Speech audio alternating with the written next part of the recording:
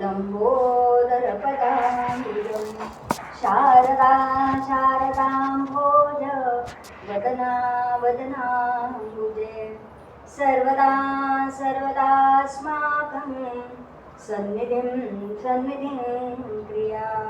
नमस्तस्मै भगवते नारदाय महात्मने कामक्रोधविहीनाय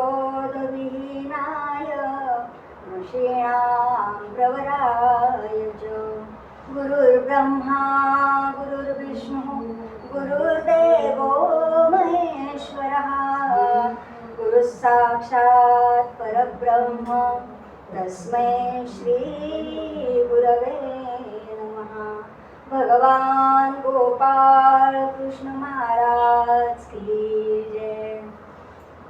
राम कृष्ण हरी जय जय राम राजा राम राम कृष्ण हरी जय जय राम राजा राम। नवनीत सम नवनीत प्रिय नवनीत सम नवनीत प्रिय नवल विनोद विहारी राजा राम राम कृष्ण हरी जय जय राम राजा राम कृष्ण हरी जय जय राम राजा राम। शरणागत दीना शरणीने करुणा दृष्टि निहारी राजा राम करुणा दृष्टि निहारी राजा राम राम कृष्ण हरी जय जय राम राजा राम कृष्ण हरी जय जय राम राजा राम राम कृष्ण हरी जय जय राम राजा राम। बाळकृष्ण चरणी लक्ष लागो रे बाळकृष्ण चरणी लक्ष लागो रे। कीर्तन संगे रंगात देह वागो रे बाळकृष्ण चरणी लक्ष लागो रे। सद्रूप चिन्मय नारायण रूप ध्यावो तन्मय होवो बलवंत प्रेमे गावो बाळकृष्ण चरणी लक्ष लागो रे बाळकृष्ण चरणी लक्ष लागो रे। कीर्तन परंपरेप्रमाणे आपण थोडंसं मध्ये भजन करूया। राम राम राम राम सीताराम सीताराम म्हणा। राम राम राम राम सीताराम सीताराम राम राम राम राम सीताराम सीताराम सीताराम सीताराम राम राम राम राजा राम सीताराम राम राम राम राजा राम सीताराम राम राम राम राजा राम सीताराम राम राम राम राजा राम सीताराम राम राम राम राम राजा राम सीताराम राम राम राम राजा राम सीताराम राम राम राम राजा राम सीताराम। सीताकांत स्मरण जय जय राम कुंडलीक वरदा हरी विठ्ठल श्री ज्ञानदेव तुकाराम पंढरीनाथ महाराज की जय। आर्य सनातन वैदिक हिंदू धर्म की जय। भारत माता की जय। गो माता की जय। सब संतन की जय। जय जय रघुवीर समर्थ मंगल मूर्ती मोरया। सुरुवातीला थोडीशी प्रस्तावना करतो।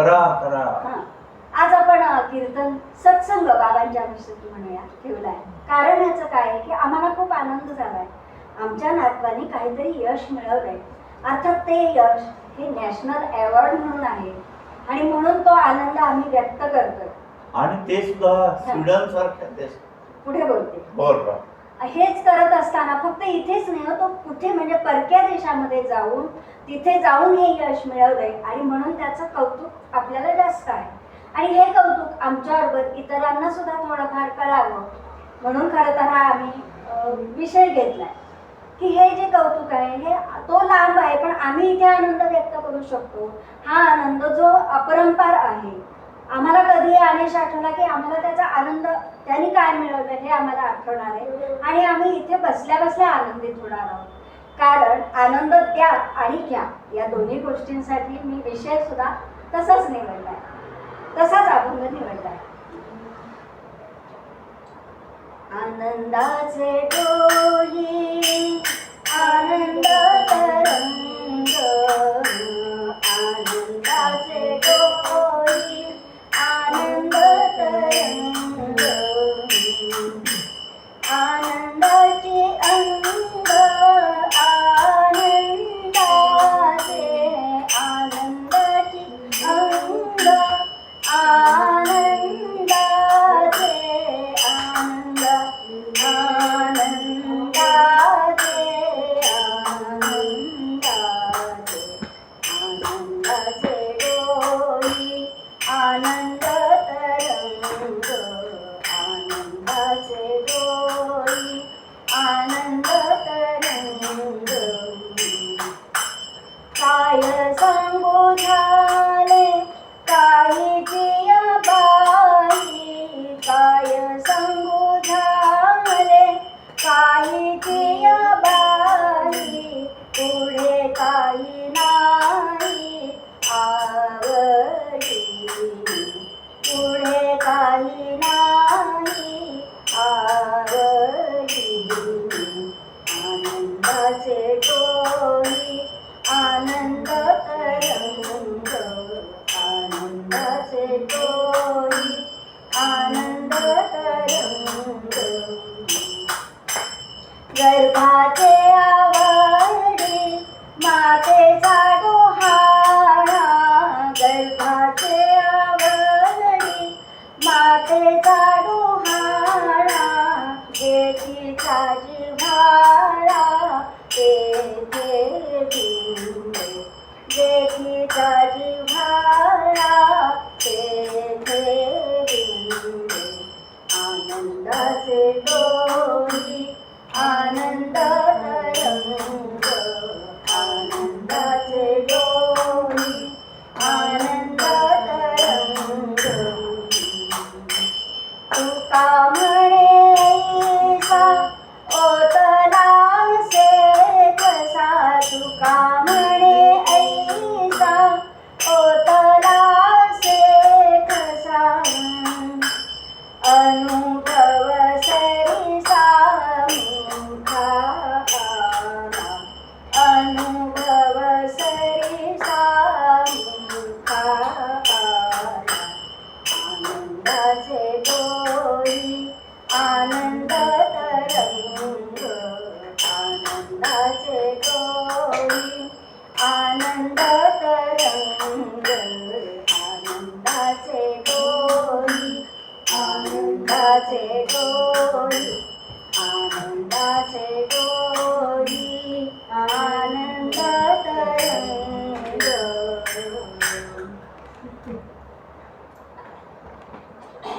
आजचा अभंग अर्थातच जी नाममुद्रा आपण ऐकली त्या नाममुद्रेवरून सगळ्यांच्या लक्षात आलं असेल की जगद्गुरु तुकाराम महाराज यांचा हा अभंग आहे. जयाभंग नाही अशा त्या अभंगा, जयाभंग नाही अशा त्या अभंगा, रचोनी सदा गाहिले पांडुरंगा, रचोनी सदा गाहिले पांडुरंगा. जयाची लीलाया त्रिलोकीया गाधो, जयाची लीलाया त्रिलोकीया गाधो, मनी वंदितो श्री तुकाराम साधू, मनी वंदितो श्री तुकाराम साधू. अहो ज्या रचनांचा कधीही भंग होत नाही किंवा त्या कधीही नाश पावत नाही त्या रचनांना अभंग असे म्हणतात. आणि हे अभंग अनेक संतांनी रचले, तसेच तुकाराम महाराजांनी सुद्धा रचले. जे तुम्ही आजही आम्ही म्हणत असतो, इतकी शतकानुशतकं झाली तरी सुद्धा ते अभंग आम्ही विसरलो नाही.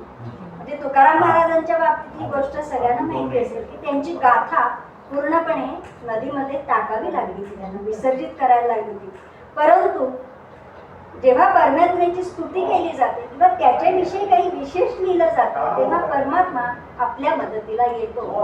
आणि म्हणून 14 दिवस सगळे टाळकरी आणि स्वतः तुकाराम महाराज, अगदी पत्नी सुद्धा नदीच्या काठावर बसले, तिची प्रार्थना करतायत. आणि तुकाराम महाराजांना वाईट अशासाठी वाटतंय की अभंग विसर्जित करावे लागले असं नाही, पण माझं काही चुकलं का, माझ्या सेवेत काही कमी पडलं का, आणि म्हणून मला अभंग विसर्जित करायला लागलेत का, असं त्यांना वाटलं. आणि म्हणून ते तिथे प्रार्थना करत बसले, म्हणजे अखंड नामस्मरण करत बसले. आणि त्याचा परिणाम काय झाला? हो, अभंग तरंगत वरती आले. अर्थात शंका घेणाऱ्यांना अशी शंका येते की असं होतं का? होय, होतं. जेव्हा तुमची त्याच्यावर दृढ निष्ठा असते की नाही, तेव्हा हे निश्चित घडतं. त्याच्यात प्रवाद असा एक येतो की असे वर आले म्हणजे काय झालं नेमकं, तर जी पानं सुटत सुटत गेली ती वरती आली. आणि दुसरा एक प्रवाद असा आहे की जे त्यांचे शिष्य होते त्या सगळ्या शिष्यांना अभंग माहीत होते, त्यामुळे काही जणांनी ते लिहूनही काढले. लोकांना शंका येतात म्हणून त्यांचं निरसन असं पण करावं लागतं. असे अभंग ज्यांनी रचले, ज्यांना आपण तुकारामांची गाथा असं म्हणतो, सगळ्या अभंगांचं 4,500-5,000 अभंग त्यांनी रचले. आणि त्यांच्या अभंगांचं वैशिष्ट्य असं की गीतेचा एक श्लोक घ्यावा आणि त्यांचा अभंग घ्यावा, त्या दोन्हीचा अर्थ एकच मिळतो. गीतेचे श्लोक अवघड आहे, सगळ्यांना समजत नाही कारण ते संस्कृत आहे. पण जर त्या गीतेच्या श्लोकावर त्यांचा अभंग पाहिला तर सर्वसामान्यांना सगळ्यांना ते गीतेचा श्लोक कळतो अभंगाद्वारे. इतकं त्यांचं वैशिष्ट्य. असे तुकाराम महाराज आजच्या आपल्या पूर्वरंगाच्या पदात म्हणतात, आनंदाचे डोही आनंद तरंग, आनंदाची अंग आनंदाचे, तुका म्हणे ऐसा ओतीला ठसा, अनुभव सरिसा मुखाला. काय झालं? हा जेव्हा त्यांना आनंदाचा अनुभव मिळाला, आनंदाची अनुभूती आली, तो मनामध्ये ठसा त्यांच्या उमटला. म्हणजे आपण जसं म्हणतो की एखादी गोष्ट करायची असेल तर त्याच्यावर ठसा छाप उमटली पाहिजे. म्हणजे तू मला भेटली की तुझी छाप माझ्यावर पडते, तर त्या पांडुरंगाची छाप त्यांच्यावर पडली. अर्थात हा अभंग कधी लिहिला? तर जेव्हा त्यांना सगळ्या संसाराच्या तापानी, प्रपंचाच्या तापानी जेव्हा त्यांना वीट आला आणि काहीतरी गवसलं. काय गवसलं? तर तो आनंदाचा ठेवा गवसला. सगळं त्यांनी सोडून दिलं, पूर्ण प्रपंचाचा त्याग केला. सगळ्या त्या लेखापड्या ज्या होत्या त्या सगळ्या त्यांच्या पिळून टाकल्या, कारण ते सावकार होते आणि किराणा मालाचा व्यापार होता त्यांचा. परंतु ह्या सगळ्यातनं त्यांना सुटका वाटली. आणि कुठला आनंद गवसला? तर ते विठ्ठल नामाचा आनंद गवसला. आणि म्हणून ते म्हणतात की आनंदाचे डोही आनंद तरंग, आनंदाची अंग आनंदाची. हा मला आनंदाचा ठेवा मिळाला त्या डोहामध्ये, म्हणजे खोलीमध्ये. खोलीचा अंदाज येत नाही आपल्याला किती खोली आहे. तशा ह्या खोलीमध्ये मी अगदी पूर्णपणे बुडून गेलो. म्हणजे कशामुळे? तर पांडुरंगाच्या नामाचा, त्याच्या स्वरूपाचा मला ध्यास लागला आणि तन मन धन सगळं मी त्यालाच अर्पण केलं. आणि फक्त पांडुरंग पांडुरंग आणि पांडुरंग असं झाल्यामुळे त्या भक्तीचे जे सगळे तरंग आहेत, म्हणजे लाटा, समुद्राच्या लाटा येतात तशा त्या लाटा सगळ्या माझ्या भोवती बरसायला लागल्या. म्हणजे जसं आम्ही समुद्रावर गेलो की ती लाटा बघत आम्हाला विसरून जातो, त्या लाटांचा आवाज आम्ही ऐकत राहतो. तसं तद्वतच हा आनंदाचा ठेवा मिळाला. आणि त्यांना असं वाटलं की त्या जे तरंग आहेत पांडुरंगाच्या मूर्तीचे किंवा त्याच्या गुणांचे, त्याच्या कीर्तीचे किंवा त्याच्या नावाचे, ते सगळे तरंग माझ्या भोवती तयार झाले आणि त्या तरंगामध्ये मी अगदी बुडून गेलेलो आहे, असं तुकाराम महाराज म्हणतात. पण मग हा आनंद म्हणजे नेमकं काय हो? जो व्यक्त करायचा आनंद म्हणजे हर्ष किंवा मोद.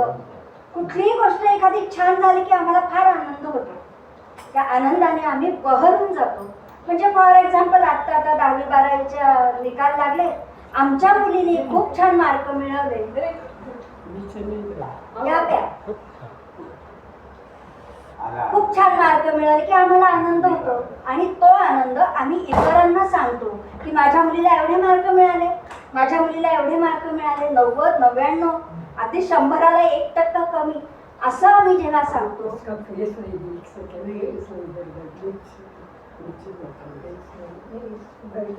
तर तो आनंद आम्ही इतरांना सांगतो. अशा ह्या आनंदामध्ये आम्ही दिवस रात्र बुडून जातो.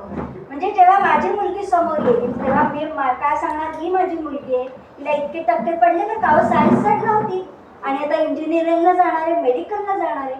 हा आनंद आम्ही व्यक्त करतो. तसाच आनंद आम्ही सुद्धा आज व्यक्त करतोय अनिशला. म्हणजे आमच्या नातवाला एक नॅशनल अवॉर्ड मिळाला. त्याचं काही अप्रूप आहे का? हो, परदेशामध्ये जाऊन, परक्या देशामध्ये जाऊन तिथल्या भाषेत त्यांनी अभ्यास केला आणि त्याचं नॅशनल अवॉर्ड मिळालं. जो विषय आता आपला ऐरणीवर आलाय, आपण पर्यावरण एन्व्हायरमेंट म्हणतोय, ते सगळं आपलं प्रदूषित झालंय, त्याच्यावरचा त्याचा शोध आहे आणि त्यांनी त्यातलं अवॉर्ड मिळालं. कॉलेजने खूप कौतुक झालं. तो लांब आहे पण तो आनंद आम्ही इथे व्यक्त करतोय. आणि कधीही अनिश समोर आला की आम्ही पहिल्यांदा आम्हाला काय आठवणार की अरे ह्याला अवॉर्ड मिळालाय. जरी आमचा नातू असला तरी उद्या तुमच्या समोर तो आल्यावर तुम्हालाही तेच आठवणार आहे की अनिशने काहीतरी छान प्रगती केली होती. आणि ही खूप मोलाची प्रगती होती की परक्या देशात जाऊन तिथे करावं, तिथल्या प्राध्यापकांनी, प्रिन्सिपॉलनी आपल्या नातवाचं, आपल्या मुलाचं कौतुक करावं. जसं आईवडिलांना भूषण हवं तसं आपल्याला सुद्धा भूषण हवं. पण हे कशामुळे? तर त्यांनी त्याच्यामध्ये तो रंगून जाऊन अभ्यास केला. जो अभ्यास गरजेचा आहे त्यासाठी लागणारे प्रयोग जे आहेत, ग्लास तर ते करण्यासाठीची त्याची धडपड आहे. त्यामुळे त्याला तो आनंद मिळाला आणि त्याच्याद्वारे आम्हाला आनंद मिळाला. म्हणजे आनंदाची डोही, आनंद तरंग. आता त्याला आम्ही स्फूर्तीसाठी काय करणार? आम्ही शाबासकी देणार, तू पुढे अजून अभ्यास कर, सगळं मराठी कळतं ना तुम्हाला, आणि तू पुढे जा, असं आम्ही सांगणार. आणि आम्ही इथे आनंदोत्सव साजरा करतो. बाबा 15 दिन झाले आनंदोत्सव साजराच करतात. याला सांगतायत, त्याला सांगतायत, असा हा आनंदाचा डोह. पण तुकाराम महाराजांना कुठला लागलाय? तर त्यांना नामाचा लागलाय. पण हे कधी लागलं? जेव्हा ते त्यातनं बाजूला झाले प्रपंचातून. आम्ही प्रपंचासाठी धडपडतो, मला हवंय, मला हवंय, मला हवंय. बायकांची गोष्ट घेतली तर एक साडी घेतली, पुरतच नाही, दुसरीकडे दिसली की आम्हाला ती वाटते माझ्याकडे हवी आहे, असं आम्हाला वाटत राहतं. कारण पूर्तता नाही, आम्हाला काहीतरी हवंय, काहीतरी हवंय असं होतं. परंतु तुकाराम महाराज पुढच्या चरणामध्ये म्हणताय, काय सांगू झाले काहीची या बाई, पुढे काही नाही आवड. मी त्या आनंदामध्ये गुंततो. विठ्ठल नामाचा मला छंद लागला आणि मग मला सगळंच आवडीचं वाटायला लागलं. पण तुमची आमची गोष्ट कशी असते माहितीये? अगदी मरणासन्न जरी झालो तरी घरातल्या वस्तूंवरचा मोह जात नाही. एक आजी आजोबा आजारी झाले, अगदी मरणासन्न झाले, सगळे जण जमले. म्हणजे आता कधी प्राण जातोय आणि म्हणून सगळे मुलं, सुना, नातवंड, पतवंड सगळे आजोबांच्या भोवती जमले आणि ते काय म्हणतात? वा केक, वा केक, वा केक, असा शब्द उच्चारतायत.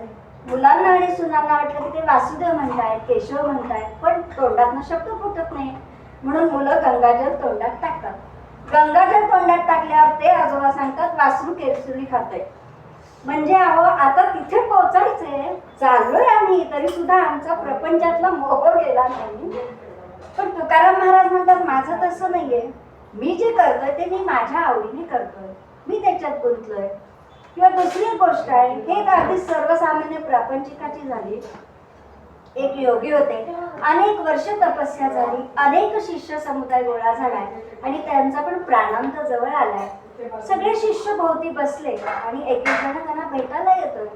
तेवढ्यात एक गणिका म्हणजे वेश्या किंवा वारांगणा असं त्याला म्हणतात, तर ती भेटायला आली आणि शिष्य तिला आडवायला लागले. तिला कसं काय महाराजांसमोर जाऊ द्यायचं? तेव्हा ते योगी म्हणतात की तिची तेवढी पात्रता आहे, ती येऊ शकते. म्हणजे जरी तिचा व्यवसाय चांगला नसला तरी तिचं जे तिने प्रार्थना केली किंवा तिने जी काही भक्ती केली याद्वारे जरी केली असली, ती उत्पन्नासाठी केली, पण तिचं मन कुठे आहे? तर तिचं मन पांडुरंगाजवळ आहे. म्हणून ती येऊ दे. ती आत आली आहे, दर्शन घेतलंय आणि तिने फक्त एकच वाक्य त्या योगींना सांगितलंय, शेवट सांभाळा बरं. याचं कारण असं आहे की त्या योगींच्या शिष्यांनी त्यांच्यासाठी चांदीच्या पादुका करायला टाकल्या होत्या दुकानामध्ये. आणि ती वारांगना असं म्हणाली शेवट सांभाळा असं म्हणतात, आणि यांच्या मनात येईल की मला पादुका मिळतील का घालायला, आणि त्यांचा प्राणांत झाला, म्हणजे ते गेले. पण ह्याच योगींना पुढच्या जन्मात सांभाराचा जन्म आला. अर्थात पूर्वजन्मी इतकं सुकृत असल्यामुळे, भगवंताचं नाम किंवा तपस्या केलेली असल्यामुळे रोहिदास सांभार म्हणून ते जन्माला आले.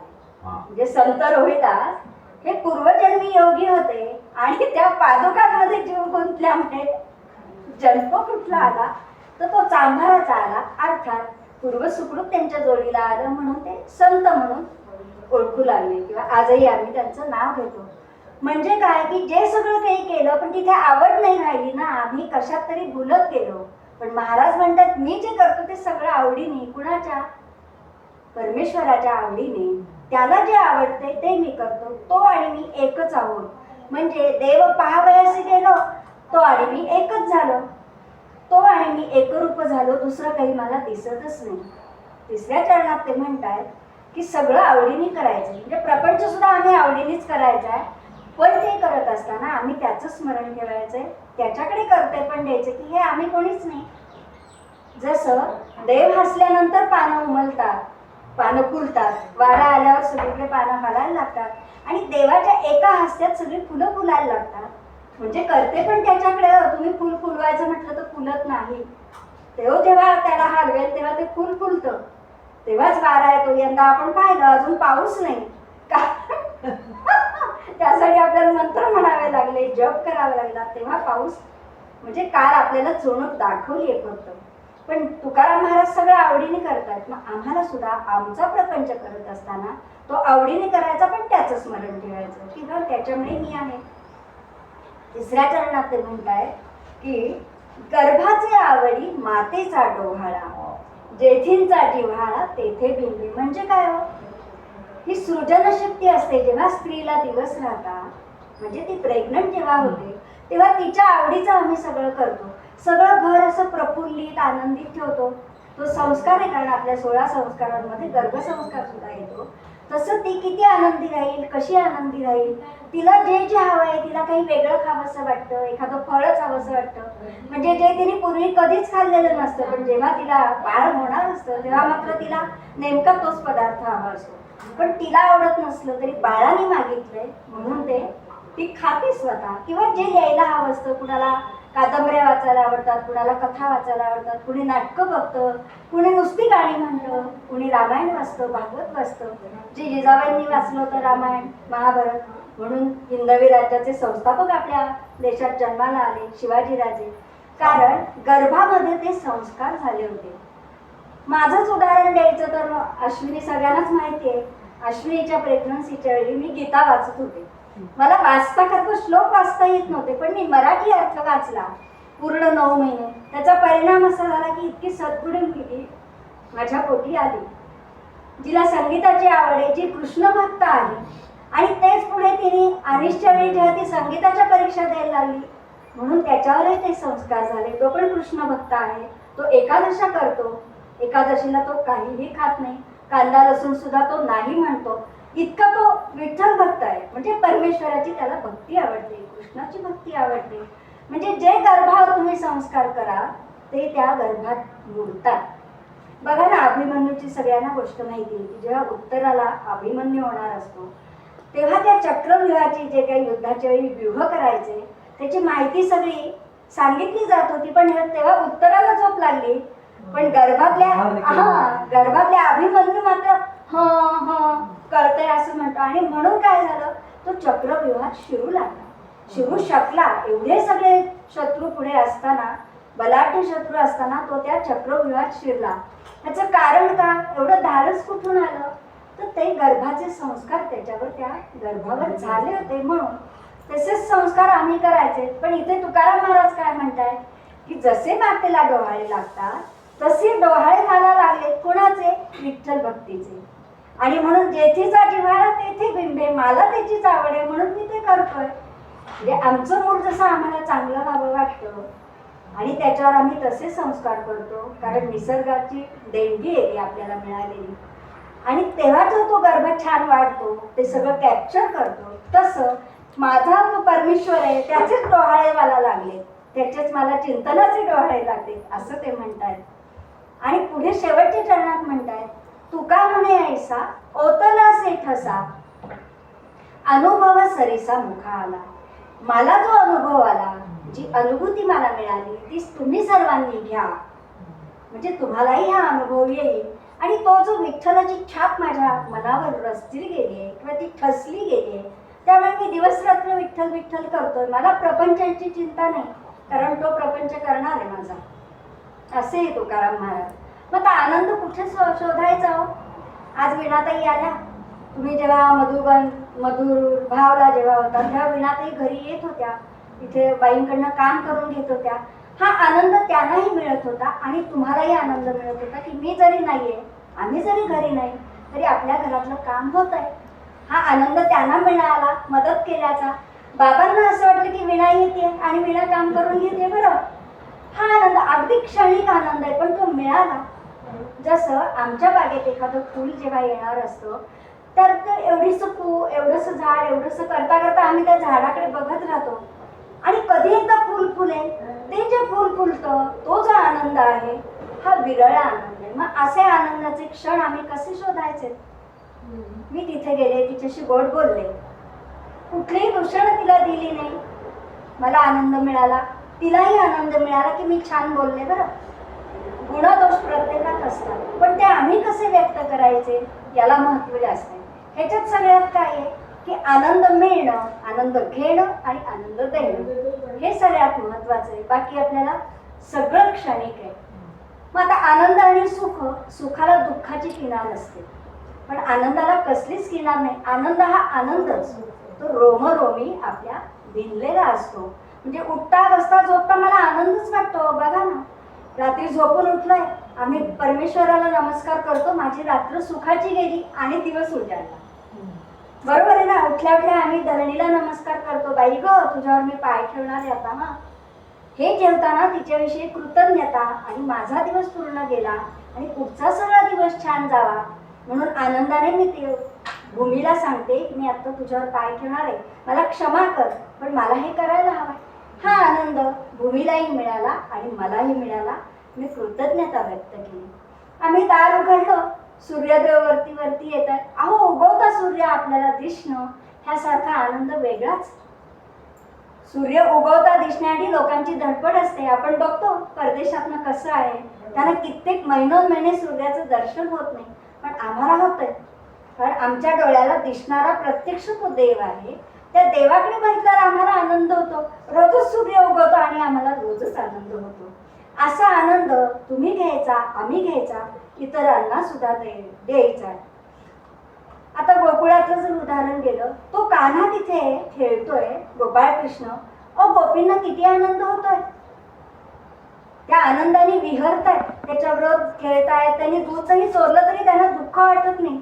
उलट एखाद दिवशी कृष्ण आला नाही तर त्यांना वाईट वाटतं, पण कान्हा आला, तो दिसला, आमच्यातलं दूध त्यांनी घेतलं, आमच्या घड्यावर खडा मारला, त्या रागवल्या तरी ते क्षणिक असतं.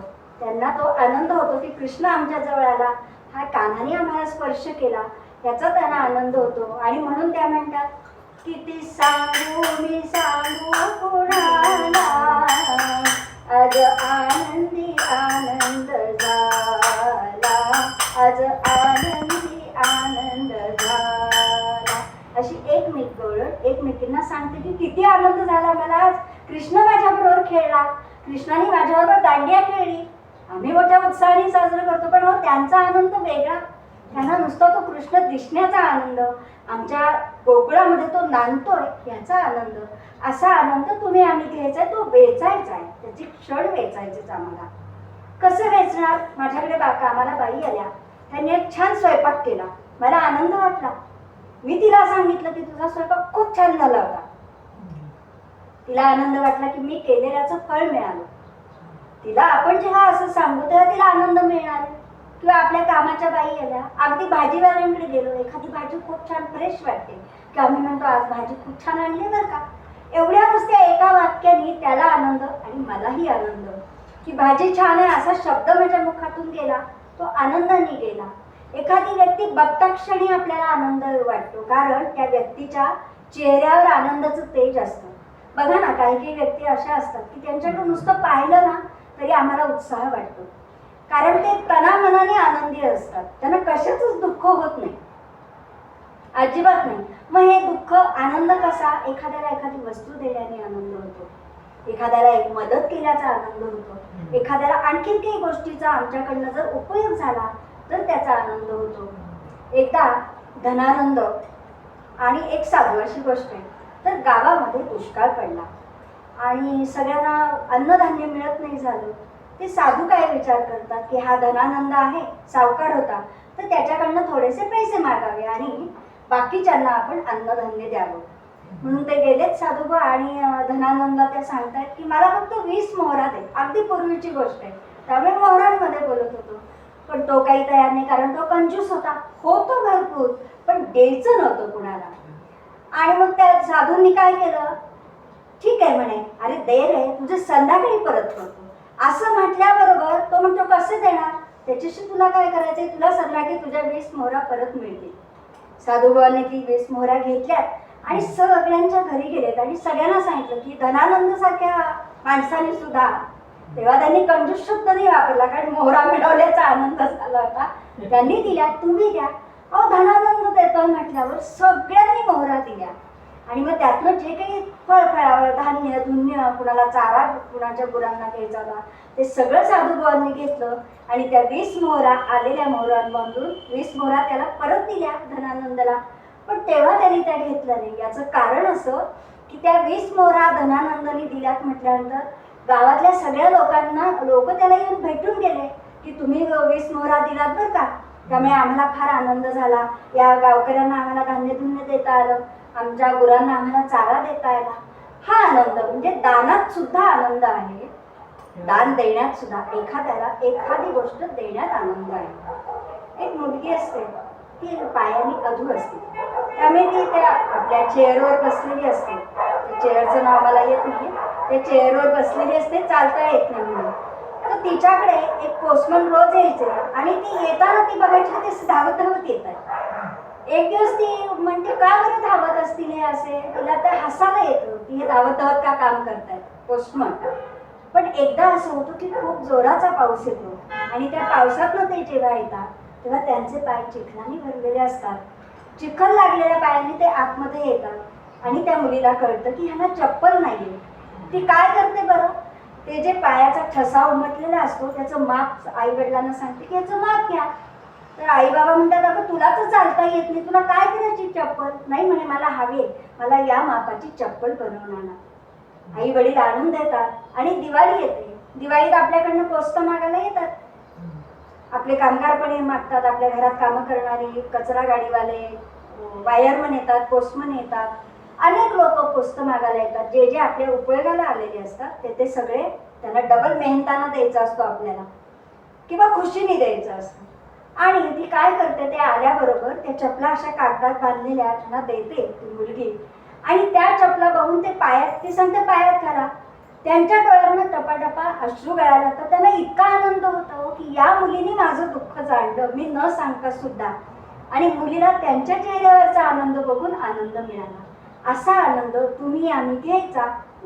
एवढं एकच आपल्याला करायचंय, आनंदचे डोही आनंद तरंगो. गोंदवलेकर महाराज म्हणतात, थोडंसं बघते, आनंदात असावे, आनंदात असावे, आळस भय द्वेष दूर त्यागावे. हाची सुबोध गुरूंचा, अनुसंधाना कधी न त्यागावे. रामा राम राम हरे हरे रामा राम राम राम रघुत्तमा राम राम. आता अनुसंधान म्हणजे काय, त्या गोष्टीशी जोडलं जाणं म्हणजे अनुसंधान.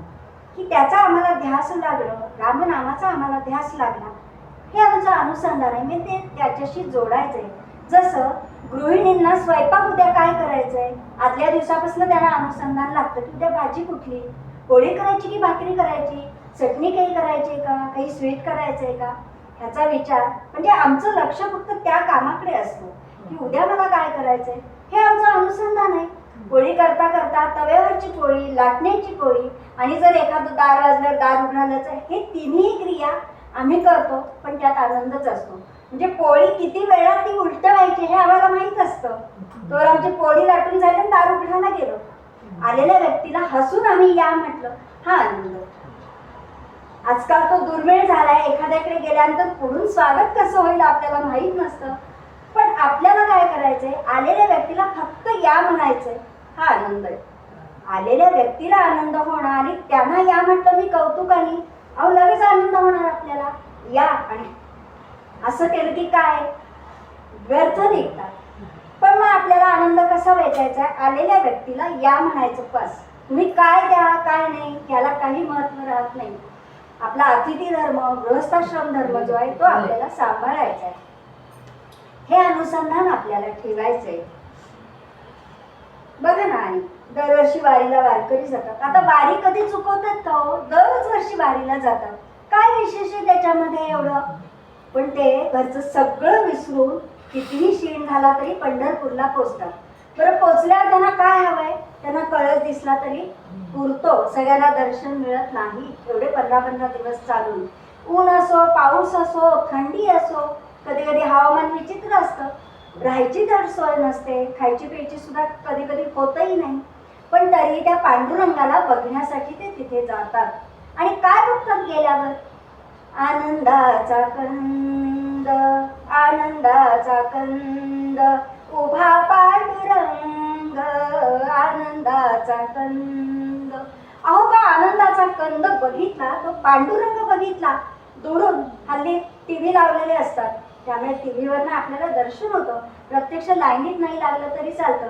पण ह्या वारकऱ्यांना जाता येता रस्त्याने आनंद मिळालेला असतो, कारण ते विठ्ठल नामात तल्लीन असतात.